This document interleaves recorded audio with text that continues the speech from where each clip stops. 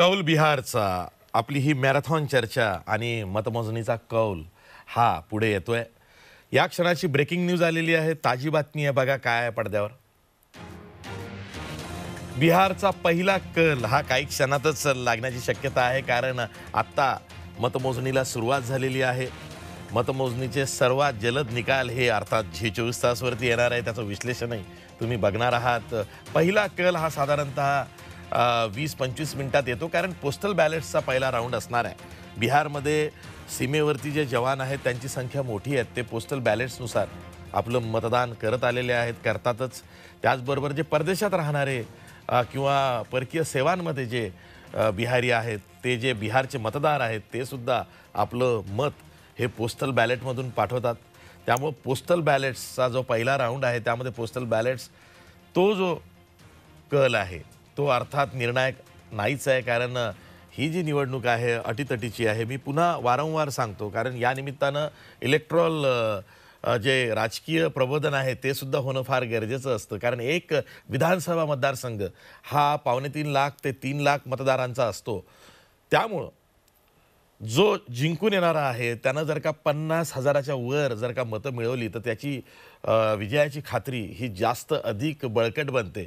आणि म्हणूनच मग 3,000-5,000 मतांचा फरक सुद्धा फार महत्त्वाचा ठरतो। बिहारमध्ये कास्ट कॉम्बिनेशन अँड परम्युटेशन्स खूप महत्त्वाचे आहेत, कारण इथे इतकं क्लिष्टता आहे सामाजिक समीकरणांमध्ये की ती भेदून एखाद्या उमेदवाराला विजयश्री खेचून आणावी लागते, आणि ते करणं फार दिव्य राहिलेला आहे। लोकसभा मतदारसंघांमध्येही ते दिसतंय, विधानसभेमध्ये तर खूप काटेकी टक्कर ही सर्वत्र बघायला मिळते आहे। म्हणजे काहींचे बालेकिल्ले आहेत, पण बिहारमध्ये अनपेक्षित निकालांची मांदियाळी ही प्रत्येक निवडणुकीत आपल्याला बघायला मिळते।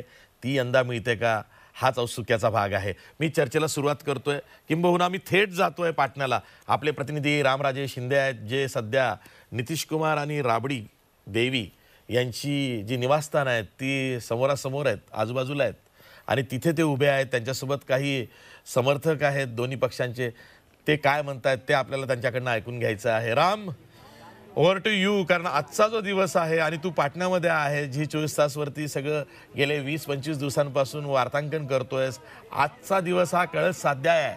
तुझ्या व्यक्तिगत करिअरमध्ये सुद्धा आजचा दिवस खूप मोठा आहे, कारण जर का सत्तांतर झालं तर त्याचा साक्षीदार तू बनणार आहेस। बिलकुल त्याचा आय विटनेस मी असणार आहे, परंतु इथली आता लोक काय म्हणतात, जनता काय म्हणतात, त्यांच्या मनामध्ये काय आहे हे आपण आता जाणून घेऊयात। कारण आता 8 वाजता बॅलेट पेपरचं असं मतमोजणी सुरू होणार आहे, आणि या काउंटिंगमध्ये मग हळूहळू ट्रेंड जो है तो कळेल। हमारे साथ में यहाँ के युवा लोग हैं, क्योंकि युवा जो है वो डिसाइडिंग फैक्टर रहने वाला है। क्या लगता है, क्या आपने वोट दिया है, लेकिन देने के वक्त क्या सोचा था, तेजस्वी यादव या नीतीश कुमार? तेजस्वी यादव तो बिल्कुल नहीं सोचा था। नीतीश कुमार के बारे में भी लोग की जो सोच है वो थोड़ी डगमगा गई है, क्योंकि पिछले 5 साल में नीतीश कुमार ने ऐसा कोई काम नहीं किया जो लोग उन पर भरोसा बना सके। पिछले साल की बाढ़ को ले लीजिए, मुजफ्फरपुर शेल्टर होम की बात को ले लीजिए, उसके बाद उन्होंने ऐसा कुछ किया नहीं कि लोग, चमकी बुखार को ले लीजिए, उन्होंने ऐसा कुछ किया ही नहीं कि लोग को लगे कि नीतीश कुमार को एक टर्म और देना चाहिए। लेकिन इसका ये मतलब नहीं कि तेजस्वी यादव को एक बार और मौका मिले, क्योंकि जो 15 साल लोगों ने देखा है, जो कहानी हम सुनते हैं, इतने साल से हम सुनते आ रहे हैं कि इन 15 सालों में ऐसा होता था, वैसा होता था, वो हम नहीं चाहते कि दोबारा।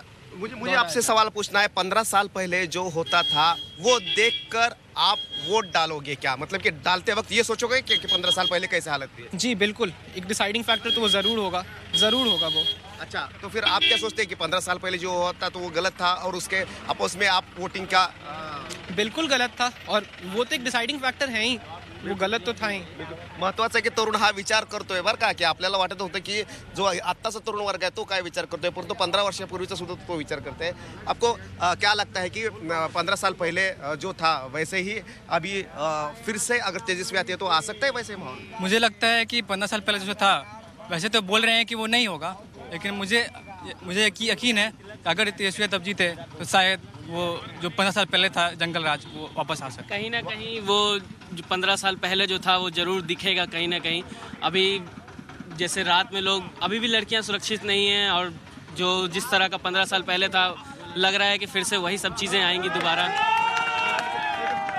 क्या लगता है कि 15 साल पहले जैसे जंगल राज था ऐसे लोग कह रहे हैं, मन में डर है अभी भी कि वो फिर से आएगा? क्या नहीं, तेजस्वी साहब आएंगे साहब, हम लोग के लिए बहुत अच्छा है। अच्छा, हाँ, बहुत यंग, बहुत बेरोजगार आदमी है। क्या किया तेजस्वी ने 18 महीनों में? डिप्टी सीएम थे ना? अरे क्या किए, बहुत कुछ किए हैं। अच्छा अच्छा, तो बता दो ना क्या किया है, क्या किया है तेजस्वी ने 18 महीनों में? तेजस्वी यादव युवा का भविष्य है, भविष्य कैसे है? बिहार के भविष्य है. सुद्धा आपल्या हाती आलेला आहे. भाजपच्या बाजूनं पहिला कल लागलेला आहे. अर्थात हा पहिला राऊंड जो आहे तो पोस्टल बॅलेटचा आहे. जे बिहारी मतदार परदेशात किंवा सीमेवरती राहतायत त्यांना प्रत्यक्ष वोटिंग सेंटर्सवरती जाऊन मतदान करता येत नाहीये, ते पोस्टल बॅलेट्स मधून आपलं मतदान करतात. तो पहिला राऊंड त्या पहिल्या पोस्टल बॅलेट्सचा आहे आणि म्हणून पहिला कल जो आलेला आहे तो सुद्धा आत्ता भाजपच्या बाजूने आलेला आहे. पहिला कल हा भाजपच्या बाजूने आलेला आहे, म्हणजे सत्ताधारी जेडीयू भाजप कंबाईनच्या बाजूने आलेला आहे. पहिलाच राऊंड आहे त्यामुळे तो निर्णायक नाही आहे. तरी सुद्धा first is always the first. पण भाजप हा पहिला कल भाजप देण्यात भाजप यशस्वी झालेला आहे. मी पुन्हा जातोय रामराजे यांच्याकडे. राम, पुन्हा कंटिन्यू. आपल्यासोबत पहिला कल भाजपच्या बाजूने लागलाय पहिला राऊंड मधला. अर्थात हा पोस्टल बॅलेटचा कल आहे. हाँ, हम यहाँ पे लोग हैं उनसे बिल्कुल यहाँ पे पूछेंगे लोगों के पहला जो अभी रुझान आया है वो बीजेपी की तरफ है. क्या लग रहा है कि जो सीमा थोड़ा इंतजार कीजिए. अच्छा, थोड़ा इंतजार कीजिए. अच्छा, थोड़ा सा इंतजार कीजिए. लेकिन शुरुआत तो बीजेपी की तरफ से हुई उससे है. क्या, थोड़ा इंतजार कीजिए. अच्छा, बॉर्डर के जो गांव है वहाँ पे बीजेपी का असर दिखाई दे रहा है, क्योंकि ये रुझान पहला वहीं से आया है. वो थोड़ा सा इंतजार कीजिए ना. पहले रुझान में दिख रहा है कि बीजेपी आगे है. अरे भैया कतो बीजेपी कतो न पीपा के खत्म हो गया बीजेपी, समझे. 12 करोड़ जो नौजवान जनता है, किसान है, मजदूर है, जो कोरोना टाइम में जो मजदूर आया, दो का आया, ठेला पर रिक्शा पर बुलबुल का आया, एसएससी में बच्चा को 9 महीने के बच्चा को घिस के लाया, सब पूरे बिहार देखा. उसका एक्शन है कि सरकार बीजेपी का खत्म हो गया, जदयू खत्म हो गया. अब 12 करोड़ युवा जो है तपस्वी यादव को आशीर्वाद दिया है. अभी का जो रुझान दिख रहा है वो बॉर्डर पे है, मतलब कि बॉर्डर पे जो है वो लोग पसंद कर रहे हैं मोदी को, नेपाल बॉर्डर पे. अरे भैया मोदी जी को क्या पसंद करेगा. मोदी जी कहते 2 करोड़ नौकरी देंगे, काला धन लाएंगे, विशेष राज्य का दर्जा देंगे बिहार को. एक बार कहा था खून में खराबी है मुख्यमंत्री, सुने मुख्यमंत्री का कहा था खून में खराबी है नीतीश जी को, हमारे आदरणीय मुख्यमंत्री जी को इस डीएनए में खराबी है. इसके बाद क्या जंगल राज का युवराज मंच पर नीतीश कुमार बिहार का मुख्यमंत्री था ना, कहा है क्या आपको जंगल राज का युवराज. आप जो जनता जग गया जात पात से उठ के तपस्वी यादव को. लेकिन मोदी जी ने लॉकडाउन में हेल्प भी किया है, मदद भी की है, ऐसा लोग बोल रहे हैं. महिलाओं ने एक मिनट, मोदी जी ने बिहार में नहीं पूरे देश में इनकी जो व्यवस्था रही लॉकडाउन में, इस लॉकडाउन के जो व्यवस्था, ऐसी व्यवस्था उन्होंने क्रिएट किया जिससे पूरे देश के जो बेरोजगार थे वो रोजी रोटी में जुटे हुए थे, सारे लोग बेरोजगार हो गए और बड़े बड़े कंपनी से उनको निकाला गया. पहले रुझान में कैसे फिर बीजेपी दिखाई दे रही है? नहीं, ये तो अभी बीजेपी का कोई मतलब बिहार में कोई जनादेश नहीं है. चूंकि ये मुद्दे से भटक चुके हैं ये लोग तमाम लोग छलने के काम किए हैं, धोखा देने के काम किए हैं. इनके पास कोई मुद्दा नहीं है. ये केवल जंगल राज का खौफ जो है बिना मतलब का, कहीं जंगल राज नहीं था, लेकिन एक डरावना सच दिखा करके ये बिहार के जनता को ठगने का काम. इम्पोर्टेंट आपने कहा है कि प्याज का क्या महंगाई इस बार? अरे 250 रुपये प्याज किलो हो गया. आलू 250 रुपये किलो है, 200 रुपये किलो है. कौन गरीब खा रहा है आलू और प्याज? किसी को भेंट हो रहा है? अच्छा, अभी तक जनधन में पैसे नहीं डाले 500 रुपए मोदी जी ने? कुछ 500 रुपये से क्या हो जाएगा? किसी में गया, किसी में गेबू नहीं किया. कौन 100 रुपया कट रहा है बैंक से सर. जनधन का पैसा अब निकालिएगा 500 रुपया, तो 100 रुपया कट रहा है. यही तो सरकार है सर, यही मोदी सरकार है. 500 में से 100 रुपए कट रहा है. 100 रुपया कट रहा है सर जनधन में. अभी आप पेपर पढ़ लीजिए सर. अब है सर पैसा वाला को पैसा मिल रहा, पैसा नहीं है जिसके पास कोई नहीं है, भूखे मर रहा है सर. ठीक है ना. कुछ नीतीश के सरकार में कुछ नहीं हुआ है सर. जो शुरू में हुआ जो हुआ, 5 साल से आदमी तरहिमाम बिहार का है सर. अच्छा, लेकिन यार तेजस्वी भी बुलबुला है ऐसे लोग बोल रहे हैं. नहीं सर, ऐसा कुछ नहीं है सर. हर को एक मौका देना चाहिए सर. यंग है, यंग के लिए कुछ करेंगे. रोजगार है, आज सर 15 साल से आप डर दिखला रहे हैं। बालू बंद कर दिए, समझ गए ना? आलू बंद कर 15 दिए। भाई साहब ने तो छाती पे ये लालटेन लगाया है और मोदी जी ने कहा है कि लालटेन का जमाना अब चला गया है, और लालटेन का जमाना चला गया और आप छाती पे लेकर घूम रहे हैं। देखिए, आज की जो जीत है ना, आज की जो जीत होगी बेरोजगारों की जीत होगी। पहला रुझान तो बीजेपी की तरफ दिखाई दे रहा है। वो पोस्टल बैलेट है, वो उस सब घबराने के बाद है। इस तरह से 2015 में भी इसी तरह का रुझान आया था। थोड़ा धैर्य रखिए ना, परेशान काहे हो रहे हैं। अच्छा, ये जो आज जो सरकार बनेगी, युवाओं की सरकार बन रही है पूरे बिहार में। मोदी ने कहा लालटेन का जमाना गया है, आप लाइट का जमाना है। मोदी जी कुछ भी कर सकते हैं। मोदी जी कहे थे कि हम 2 करोड़ युवाओं को रोजगार देंगे। आज बताएं कि कितना लोगों को रोजगार दिया। लेकिन हमारे जो नेता हैं, मुख्यमंत्री बनेंगे, पहले कैबिनेट में 10 लाख लोगों को रोजगार पहले कलम से देंगे। अच्छा, आप क्या बोल रहे थे? क्या किसकी बारी है? बार बिहार की बारी है, अगली बार दिल्ली की बारी रहेगी। 2024 जो आएगा ना, वो दिल्ली की बारी, दिल्ली की संतुलन चेंज होगी। दिल्ली में कहाँ पे तेजस्वी? दिल्ली में नहीं, दिल्ली केंद्र की सरकार चेंज। इस बार तो बिहार का सत्ता परिवर्तन हुआ, अगली बार दिल्ली की सत्ता चेंज होगी। अच्छा, आप तो आरजेडी की तरफ से हो ना? अब की बार बिहार में और अगली बार दिल्ली में असे सगळे समर्थक जे आहेत तेजस्वी यादवांचे हे एका सुरात सांगतायत, कारण तेजस्वी यादव यांना त्यांच्या चाहत्यांचा भरपूर सपोर्ट या निवडणुकीत दिसलेला आहे। लालू प्रसाद यादव यांची मेमरी मागे बिहारने सारलेली आहे।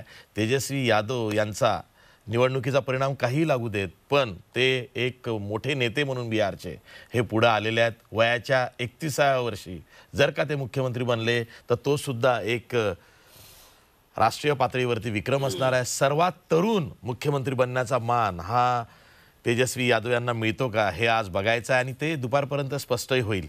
आत्ता जो कल आलेला आहे पहिल्या राऊंडचा, तो कल खूप इंटरेस्टिंग आहे। भाजपला 4 ठिकाणी आघाडी दिसते आहे, त्याचबरोबर जेडीयू अर्थात नितीश कुमार यांच्या जेडीयूला 2 ठिकाणी आघाडी मिळते आहे, तेजस्वी यादव यांच्या आरजेडीला 4 ठिकाणी आघाडी मिळते आहे। अशा पद्धतीने हा पहिला जो 10 जागांचा कल आलेला आहे, त्यामध्ये 4 जागा भाजप, जेडीयू 2 आणि तेजस्वी यादव यांचा आरजेडी याला 4 जागा, ह्या अशा आघाडीच्या जागा आहेत। हा पहिला राऊंड आहे।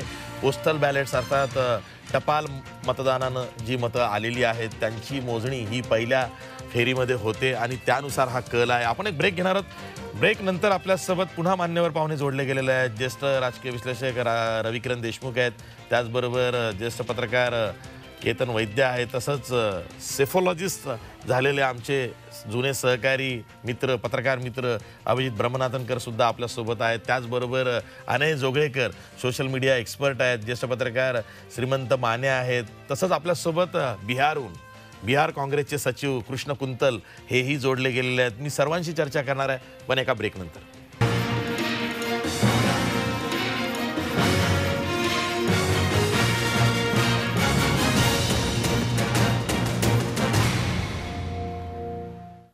ब्रेक नंतर पुन्हा तुमचं स्वागत। या क्षणाची ब्रेकिंग न्यूज आहे, ताजी बातमी आहे, बघा पडद्यावर। एनडीए महाआघाडीत अटीतटीची लढत बिहारमध्ये चाललेली आहे। एनडीए 14 जागांवर तर आरजेडी 15 जागांवरती आघाडी घेऊन आहे। पहिलाच राऊंड आहे, पोस्टल बॅलेटचा हा राऊंड आहे, त्यामुळे आत्ताची जी आघाडी आहे ती निर्णायक नाही आहे। तरी सुद्धा एक जागेनं महाआघाडी अर्थात महागठबंधन राजद काँग्रेस माले हे महागठबंधन 15 जागांवरती आघाडी घेऊन आहे। तर जेडीयू भाजप हम हे कॉम्बिनेशन जे आहे, ती जी आघाडी आहे युती, ती 14 जागांवरती आत्ता सध्या पुढे दिसते। आपल्यासोबत अनय जोगळेकर आहे, सोशल मीडिया एक्सपर्ट आहेत। अनय, या गेल्या 2014च्या निवडणुकीपासून जमिनी हकीकत वेगळी आहे आणि सोशल मीडियावर सुद्धा प्रचार होतोय, तिथे सुद्धा परसेप्शन बनवण्यात खूप पक्ष जोर लावतात। विशेषतः भाजपनं हे सर्वांना शिकवलं।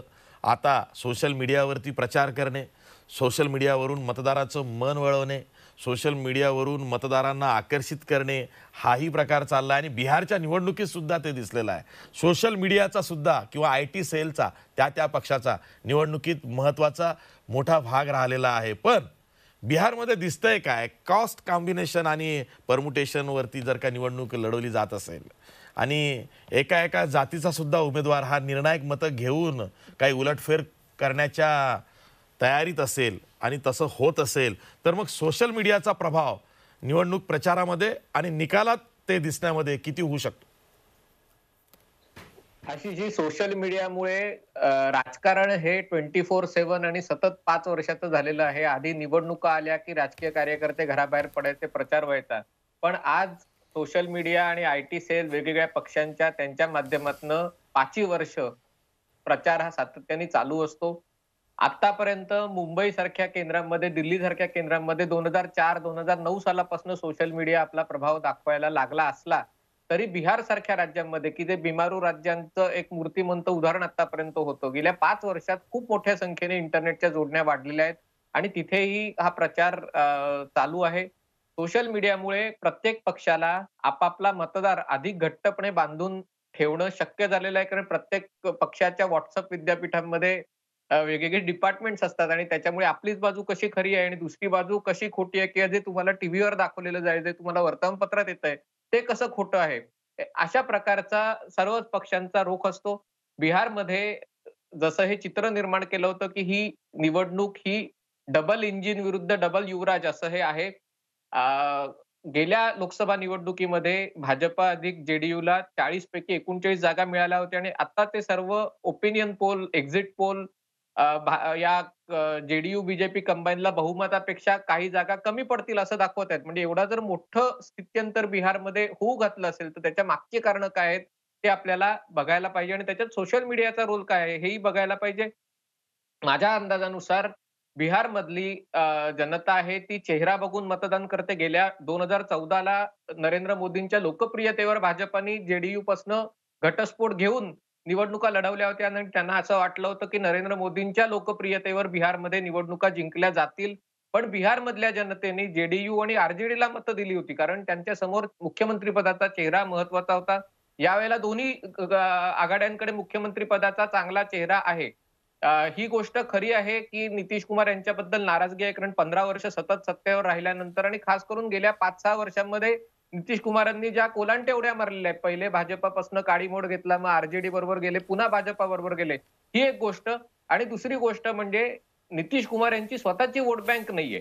ते ज्या कुर्मी समाजात येतात त्यांची लोकसंख्या कमी आहे आणि पण त्यांनी वेगवेगळ्या छोट्या छोट्या समूहांची एक मोठी आघाडी बनवून सतत जंगल राज जे बिहारमधलं म्हटलं जात होतं त्याला हरवण्यात महत्वाची भूमिका बजावली होती.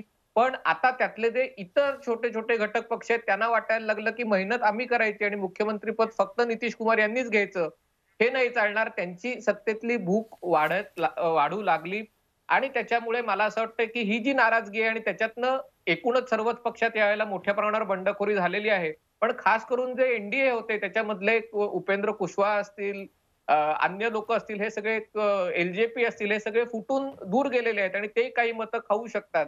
पण असं असलं तरी मला असं वाटतं की जरी जंगलराज संपून 15 वर्ष झाली असली तरी त्याची तुणूक गेल्या 2015 ते 17 या कालावधीत आरजेडी आणि जेडीयूच्या सत्ता काळात लोकांनी बघितलेली आहे आणि त्याच कारणासाठी नितीश कुमार यांनी आरजेडीचा हात सोडून पुन्हा भाजपा बरोबर युती केलेली आहे, कारण त्यांना ही भीती वाटायला लागली की आरजेडी सोबत आपण जास्त काळ राहिलो तर पुन्हा आपल्याला एक जंगलराजची प्रतिमा आपल्यावर बसू शकेल. हे खरं आहे की तेजस्वी यादव यांनी लालू प्रसाद यादव यांच्या सावलीतनं आरजेडीला बाहेर काढायचा प्रयत्न केलेला आहे आणि मुस्लिम यादव जे MY कॉम्बिनेशन होतं त्याला त्यांनी मजदूर युवा अशा प्रकारचा एक रूप द्यायचा प्रयत्न केलेला आहे. त्यांच्या सभांना अभूतपूर्व गर्दी होत आहे, याच्यात वाद नाही, पण सभांना गर्दी झाली म्हणजे मतं मिळतात हे काही शाश्वती नाही, हे आपण महाराष्ट्रात दरवेळेला बघतो आणि त्याच्यामुळे सभांची गर्दी हा काही निकष मानला जाऊ शकत नाही. बिहारमध्ये जी कामं झालेली आहेत, खास करून जनधन अकाउंट असेल, त्याच्यावरच्या पैशांवरचा आता मी संवाद बघितला आपल्या चॅनलवर, पण गॅस कनेक्शन असतील, रस्ते असतील, वीज जोडणी असतील, 22 तास बिहारमध्ये वीज आहे. बरोबर आहे की एकदा तुम्हाला गोष्टी मिळायला लागल्या की तुमच्या अपेक्षा वाढतात आणि त्यामुळे तुमचं जे एक्झिस्टिंग गव्हर्नमेंट आहे त्याच्याबद्दल तुम्हाला नाखुशी होते. पण बिहारमधली जनता ही राजकीय दृष्ट्या अतिशय प्रगल्भ असल्यामुळे जेव्हा मतपेटीत किंवा ईव्हीएमचं बटन दाबायचा विचार येतो तेव्हा मला असं वाटतं ते एकूण त्यातली कॉस्ट कॉम्बिनेशन आणि सुशासन आणि कोण बोलतंय आणि कोण काम करतंय हा सगळा विचार करून मतं देईल आणि त्यानुसार आपल्याला मतं दिसतील. जर एनडीए आरजेडी पेक्षा कमी झालं तर मला असं वाटतं त्याच्यात मुख्यतः आणि त्याच्यात तेजस्वीचा करिश्मा आहेच, पण मुख्यतः एनडीए मधली अंतर्गत धुसफूस आणि नितीश कुमार यांच्या बद्दलचा घटक पक्षांमधलाचा थोडासा राग किंवा नाराजी हे त्याच्या मागे प्रमुख कारण असू शकतं. अगदी बरोबर आहे, अगदी बरोबर आहे. या क्षणाचा कल हा खूप महत्वाचा आहे. इंटरेस्टिंग कल येत आहेत, पुढे पुढे सरकतायत. बघा पडद्यावरती एनडीए 22 जागांवर तर महाआघाडी 40 जागांवर आघाडी घेत आहे. बिहारमध्ये आतापर्यंत 62 जागांचे पहिल्या राऊंडचे कल आलेले आहेत. त्यामध्ये महागठबंधन अर्थात राजद काँग्रेस माले ही जी महाआघाडी आहे ती निर्विवाद बहुमताकडे जाईल असे कल हे दिसत आहेत. आतापर्यंत भाजप 12, जेडीयू 10, आरजेडी 40 आणि काँग्रेसही 4 ठिकाणी आघाडी घेऊन आहे किंवा आघाडीवरती आहेत. इंटरेस्टिंग निकाल असणार आहेत. पहिलाच राऊंड आहे, पोस्टल बॅलेटचा हा राऊंड आहे. त्यामुळं कोणताही पक्ष साहजिकच 2-3 राऊंडपर्यंत हरळून जाणार नाही आहे. कदाचित 22-24 राऊंडसुद्धा विधानसभेमध्ये आपण बघतो की होतात. त्यामुळं बिहारमध्ये जर का एकूणच वोट पॅटर्न बघितला आणि जो सायझेबल मतदान करतोय त्याची जर का साईज बघितली तर 2000, 3000, 5000 मतांचा फरक सुद्धा निकालामध्ये खूप महत्त्वाची भूमिका बजावू शकतो. असे हे इंटरेस्टिंग निकाल असतील आणि खरंच जर का तेजस्वी यादव यांची लाट असेल तर ती किती मोठी लाट आहे आणि ती लाट जर का सुनामी असेल तर मग बहुमताचा आकडा कुठवर जाईल ही सुद्धा उत्सुकता काही जाणकारांना लागलेली आहे. मी अभिजित बर्मनाथकर यांच्याकडे जातोय, आवर्जून जातोय, कारण त्यांनी सुद्धा स्वतःचा सर्वे केलेला आहे आणि त्यांचंही काही मतं आहेत. जी माहिती आपल्याला मिळते आहे आत्ता जो उशिरा निकाल ज्यांच्या हाती येणार आहेत त्या मतदारसंघांची संख्या जास्त आहे, पण ज्यांचे लवकर निकालच आपल्या हाती येऊ शकतात त्यामध्ये फतुहा आणि बख्तियारपूर या 2 विधानसभा मतदारसंघाचे निकाल आधी लागतील आणि दिघा, कुमरार आणि बांकीपूर इथले निकाल हे उशिरा लागतील. अशा पद्धतीनं पाटणामधले हे जे 14 विधानसभा मतदारसंघ आहेत तिथली ही परिस्थिती आहे. पाटणा ही बिहारची राजधानी आहे. इतर जी शहरं आहेत ती निमशहरी भागाशी जोडलेली शहरं आहेत. त्यामुळं बिहारमध्ये अर्बनायझेशन इतकं नाही आहे जितकं महाराष्ट्रामध्ये आज 45% इतकं शहरीकरण आहे. बिहार त्या मानानं मागासलेला आहे आणि तसंच मग रिमोट प्लेसेसमधून ह्या सगळा डेटा कलेक्ट करून तो एकत्रित करणे आणि त्यातनं निकाल हा अंतिम स्वरूपात येणे याला कदाचित 24 तासांपेक्षाही जास्त काळ लागेल असं सांगण्यात येत आहे. पण दुपारी 3 वाजेपर्यंत एकूण पिक्चर हे क्लिअर होणार आहे. आपल्यासोबत अभिजित बर्मनाथकर आहेत. अभिजित, बिहारची निवडणूक इंटरेस्टिंग आहे. मागच्या वेळेस 2015ला एक्झिट पोलचे सगळे आकडे पूर्णपणे चुकले होते, पण यावेळेस 6 पैकी 5 एक्झिट पोल्समध्ये तेजस्वी यादव मुख्यमंत्री बनू शकतात, त्यांची सत्ता येऊ शकते असं चित्र आहे. आशिष, ज्या पद्धतीनं एक्झिट पोलचे आकडे आलेत त्यावरून तर तेजस्वीला निश्चितच त्याचं पारडं जड असलेलं दिसतं. परंतु मला 2 मुद्दे बिहारच्या राजकारणाच्या बाबतीत सांगायचे की बिहारच्या राजकारणामध्ये ज्या पद्धतीने जातीचं प्राबल्य आहे, जाती या एखाद्या पक्षाशी जोडल्या गेलेल्या आहेत, त्या पद्धतीनं जर मतदान झालं तर तेजस्वीची जी सत्तेकडची घोडदौड आहे ती रोखल्या जाऊ शकते असं मला वाटतं. आणि तेजस्वीच्या गठबंधनमध्ये जर कमकुवत दुवा काय असेल तर डावे आणि काँग्रेस यांना 98 जागा दिलेल्या आहेत. त्यांच्याकडे मात्र चांगले उमेदवार नव्हते. या 98 जागा आहेत तिथं लढाई ही त्रिकोणीय, चतुष्कोणीय, पंचकोणीय झालेली आहे आणि तेजस्वीच्या पक्षाला राजदला मतदान चांगल्या प्रमाणात मिळेल, पण इतर मतदान राजदचं जे आहे मुस्लिम आणि यादवांचं ते घटक पक्षांना मिळेल का यावर तेजस्वीचा जय पराजय अवलंबून आहे. दुसरा एक मुद्दा मला त्यात मांडायचा आहे तो म्हणजे तेजस्वीनी ही निवडणूक अवघ्या 2 महिन्यात फिरवली, ती त्याच्या चेहऱ्यावर, मुख्यमंत्री पदावर, आणि दुसरं त्यांनी ही निवडणूक मुद्द्यावर नेली. आपण मागच्या बऱ्याच निवडणुका पाहतो, निवडणुका या मुद्द्यावर होत नाहीत, जे स्थानिक प्रश्न असतात ते सोडून इतर प्रश्नावर होतात, परंतु ही बिहारची निवडणूक मुद्द्यावर गेलेली आहे. पण हा मुद्दा खरंच मतदानामध्ये रूपांतरित झालाय का तर मला त्यावर थोडं प्रश्नचिन्ह वाटतं. कारण नितीश कुमार यांच्यावर नाराजी होती, अँटी इन्कम्बन्सीमुळं लोक बोलतही होते, परंतु नितीशचा जो मतदार आहे तो महिला मतदार आहे, त्याचबरोबर EBCचा मतदार आहे, पसमांदा मुस्लिम हा मतदार आहे आणि त्याला भाजपची जर सवर्ण मतदारांची जोड मिळाली तर नितीश कुमार 30 ते 40 जागांपर्यंत जातील आणि भाजप 70 ते 80 जागांपर्यंत आहे. त्यामुळे यावेळेस काट्याची लढाई आहे आणि ती आता आपल्याला 11-12 वाजेपर्यंत स्पष्ट होईल. ठीक आहे, आपल्यासोबत अभिजित नितीश कुमार यांचा विषय निघाला म्हणून जेडीयूचे सचिव आहेत पाटण्याहून सुमंत कुमार मलिक. मलिक जी, आपका स्वागत है जी 24 तास के ये मैराथन महाकवरेज में. यही प्रश्न है कि एंटी इनकम्बेंसी नीतीश कुमार के खिलाफ दिखी है और वो रिजल्ट में भी आएगी, सब तरफ यही बयान आ रहा है. आप कैसा देखते हैं ये चुनाव? एक तो नीतीश कुमार जी के लिए कैसा रहा, एक तो आपने बीजेपी के साथ जो अलायंस बनाया उसमें भी चिराग पासवान को लेके नीतीश कुमार और मोदी शाह में हमेशा एक बात दिखी है, वो ये दिखी है कि चिराग पासवान गेम स्पॉइलर हो सकते हैं.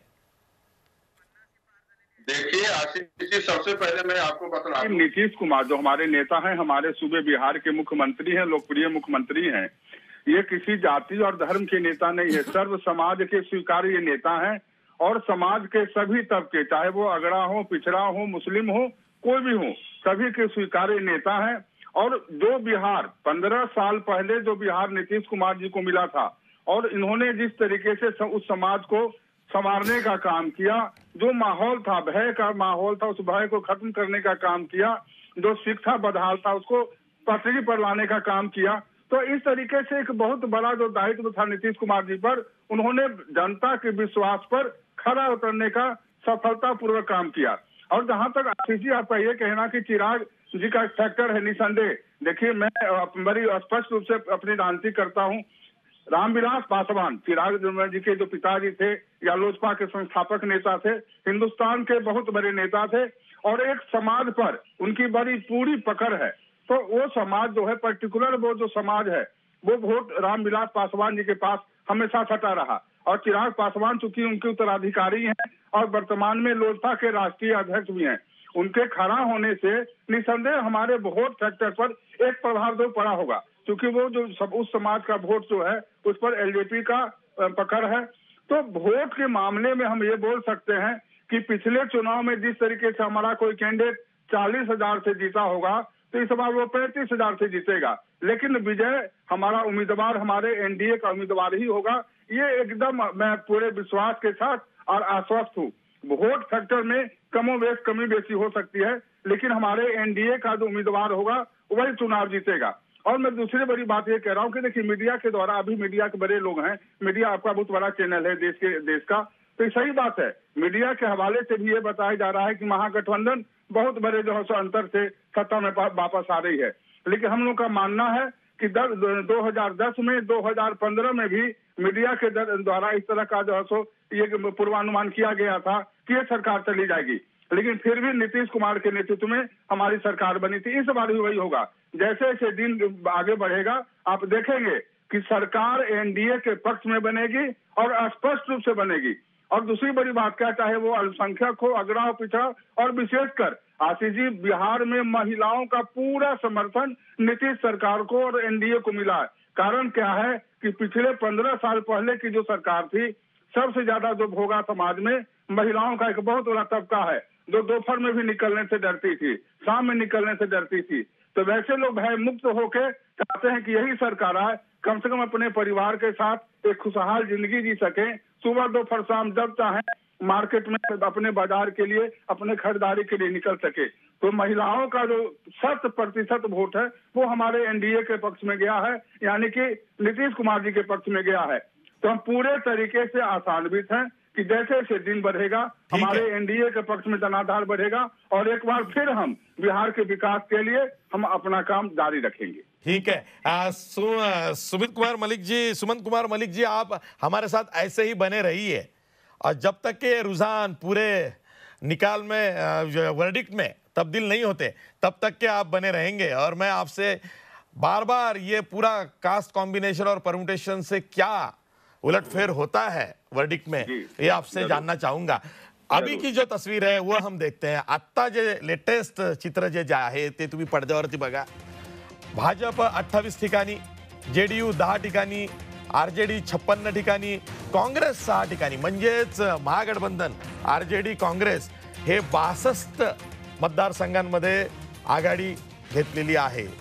62 मतदारसंघांमध्ये महागठबंधनचे उमेदवार आघाडीवरती आहे, तर भाजप 28 आणि JDU 10, 38 मतदारसंघांवरती भाजप JDU कंबाईन आघाडीवरती आहे. अर्थात हा पहिला राऊंड आहे, पोस्टल बॅलेटचा राऊंड आहे, त्यामुळे निर्णायक चित्र हे म्हणता येणार नाही आहे. पण तरी सुद्धा आघाडी घेण्यातही महागठबंधन पुढे दिसत आहे. आपल्यासोबत ज्येष्ठ राजकीय विश्लेषक रविकिरण देशमुख आहेत. रविकिरण देशमुख, जर का तेजस्वी यादव यांचा उदय बिहारमध्ये झाला आणि 31व्या वर्षी ते मुख्यमंत्री बनले, तर त्याचा परिणाम हा 2024च्या लोकसभा निवडणुकीवर सुद्धा होऊ शकतो. कारण बहुतेक वेळा हे बघण्यात आलेलं आहे की 3.5 वर्षांपासून जर का एखादे चेंजेस पुढच्या निवडणुकीच्या दृष्टीनं सुरू झालेत, तर त्याचा परिणाम हा लोकसभा निवडणुकीवरती दिसतो. आणि 3.5 वर्षांमध्ये खास करून जी विरोधी बाक असतो त्यावरचे जे पक्ष आहेत ते अलर्ट होतात की देशाचं वातावरण बदलत आहे. या निवडणुकीकडं आणि बिहारच्या प्रत्येक निवडणुकीकडं यापूर्वी सुद्धा आपण त्याच पद्धतीनं बघितलं की बदलाव हा तिथून सुरू होतो. तर तुम्ही कसं बघताय? नाही, हे खरं आहे की जेव्हा केंद्र सरकार मजबूत असतं असं वाटत असतं आणि त्यावेळी जेव्हा कुणी त्यांच्या विरोधात उभं राहील की नाही म्हणून शंका असते, त्यावेळी असा एखादा विजय जेव्हा मिळतो दुसऱ्या एखाद्या पक्षाला, तेव्हा साहजिकच विरोधी पक्षाची आघाडी उत्साहित होते. मागे जेव्हा नितीश कुमार यांनी मोदींच्या सोबत व्यासपीठावर जायला सुद्धा एकदा नकार दिलेला आपण पाहिलेला आहे. पण त्यानंतर हळूहळू भाजपाने जो काही त्यांच्यावर जाळं फेकलं त्यात नितीश कुमार व्यवस्थित अडकले आणि ते सत्यातच सहभागी झाले आणि त्यांनी एका क्षणी यादवांची साथ सोडून दिली. आत्ता देशामध्ये वातावरण असं आहे की या निवडणुकांचं महत्त्व मला सर्वात जास्त हे आत्ताचं जे लॉकडाऊन होतं, गेले 7-8 महिने लोक घरी बसून होते आणि लोकांच्या दैनंदिन जीवनावर जो काही परिणाम झालेला आहे त्याचा हा निकाल असणार आहे. कारण ज्याचं आयुष्य ह्यामध्ये जशा पद्धतीने जगावं लागलेलं आहे हे त्याचं प्रतिबिंब असणार आहे. तर अशा वेळेला जर तेजस्वी यादव समजा मतदारांना आकर्षून घेण्यामध्ये जर यशस्वी ठरले, तर नक्कीच देशभरामध्ये आज लॉकडाऊनमुळे निर्माण झालेली जी स्थिती आहे त्याचा फायदा घेण्याचा प्रयत्न ही जी काही महागठबंधन जे आहे काँग्रेस आणि बाकीच्या पक्षांचं, राजद वगैरे, हे नक्की ह्याचा फायदा घेण्याचा प्रयत्न करणार प्रत्येक राज्यामध्ये आणि यांना एक विरोधी आघाडी चांगली उभी करायला मदत नक्कीच मिळणार आहे. एकच मुद्दा आहे की 31व्या वर्षी तेजस्वी यादव यांना इतकं जनसमर्थन जर मिळणार असेल तर याचा एक दुसरा अर्थ असा असतो की युवा पिढी जी आहे ही आता जास्तच ह्याच्यापेक्षा मागच्या निवडणुकीपेक्षा या निवडणुकीत आक्रमक झाली असं म्हणावं लागेल. कारण मी जे ऐकतोय बिहारमध्ये तेजस्वी यादवांनी प्रथमच थेट यादव अशी साथ घातलेली मतदारांना, तर त्याच्यामुळं एक लोकांच्या मनात एक शंका निर्माण झाली होती की यांना यादव आणि मुस्लिम या 2 मतदारांशिवाय दुसरा मतदार हवाय की नको. तर इतकं ध्रुवीकरण जर होणार असेल तर मला वाटतं मग राजकीय निवडणुका ह्याच्या पुढच्या बऱ्याच बदलून जातील. ठीक आहे, आपल्यासोबत कृष्ण कुंतल आहेत, बिहार कांग्रेसचे ते सचिव आहेत, प्रवक्ते आहेत. कृष्ण कुंतल जी, अभी जो पिक्चर दिख रहा है उसमें महागठबंधन आगे है. हालांकि ये पहला ही राउंड है, पोस्टल बैलेट्स का राउंड है, कोई निर्णायक ऐसा कोई समीकरण उभर के नहीं आया है. फिर भी जो आपने दावा किया था कि महागठबंधन आएगी और तेजस्वी के साथ उसका फायदा कांग्रेस को भी होगा, हालांकि मुझे लगता है कि कांग्रेस इस चुनाव में सबसे कमजोर कड़ी रही है. 70 सीट्स कांग्रेस ने ली है, लेकिन बहुत ज़्यादा ली है और बहुत जगहों पे जो उम्मीदवार अच्छे देना था आपको भी नहीं टिकट दिया गया है. पिछली बार आप खड़े थे, अगर इस बार मिलता तो आप भी आमदार बन सकते थे. तो कांग्रेस कैसा करेगी? नमस्कार आशीष जी. सबसे पहले तो आप सबों का बहुत बहुत धन्यवाद, मीडिया के बंधुओं का और सरकारी कर्मचारियों का, जिन्होंने इस चुनावी महापर्व को बहुत अच्छे से संपन्न कराया. आशीष जी, जैसा आप देख रहे हैं अभी जो ट्रेंड्स आ रहे हैं, यही ट्रेंड्स की चर्चा हम काफी दिनों से कर रहे हैं. पहले चुनावी दिन से आज तक वही ट्रेंड्स आ रहे हैं, कहीं कोई बदलाव नहीं है. इसका मुख्य कारण ये है आशीष जी कि ये बिहार के चुनाव शुद्ध रूप से मुद्दों पे लड़े गए थे. यहां अगड़ा पिछड़ा, अल्पसंख्यक बहुसंख्यक ये बातें हैं ही नहीं. ये चुनाव तो मुद्दों पे थे. मुद्दा क्या था? बेरोजगारी का. बेरोजगारी अपने चरम पे है. मुद्दा क्या था? भ्रष्टाचार का. सरकार में भ्रष्टाचार अपने नए कीर्तिमान स्थापित कर चुका है. बिहार में जो हमारे मित्र कहते हैं कि 15 साल पहले ऐसा डर होता था, उन्हें मैं बता देना चाहता हूं कि बिहार की कानून व्यवस्था इतनी चरमरा गई है कि चुनाव के दरमियान भी एक प्रत्याशी की गोली मार के हत्या कर दी गई. तो मुद्दा यहाँ पे फिर से, और युवाओं से आपने बात की, लोगों से बात की, टेलीविजन चैनल्स ने बहुत लोगों से बात की, हर व्यक्ति इस बात को कह रहा है कि बिहार की प्रेजेंट गवर्नमेंट अब थक चुकी है। बिहार के प्रेजेंट मुख्यमंत्री माननीय नीतीश कुमार को अब आराम की जरूरत है और बिहार को बदलाव की जरूरत है। आशीष जी, पहले दिन से जो बात हो रही थी वही बात आज भी, मान गया मैं, पहले चरण की मतगणना चालू है, पोस्टल बैलेट बहुत छोटे साइज में होते हैं, परंतु पहले दिन से ही हम ये बात कर रहे हैं कि महागठबंधन की सरकार बनेगी, बिहार में बदलाव आएगा, और वही अभी परिकल्पित हो रहा है। ठीक आहे, ठीक आहे, ठीक आहे. मी एक ब्रेक घेणार आहे. ब्रेक नंतर आपल्यासोबत काँग्रेसचे ज्येष्ठ प्रवक्ते रत्नाकर महाजन, माझ्यासोबत तरी 7 महिन्यांनंतर आहे. म्हणजे रत्नाकर महाजन यांना ऐकायला मी सुद्धा खूप आतुर आहे. पण ब्रेक नंतर मी थेट त्यांच्याकडेच जाणार आहे. पुन्हा भेटूया ब्रेक नंतर.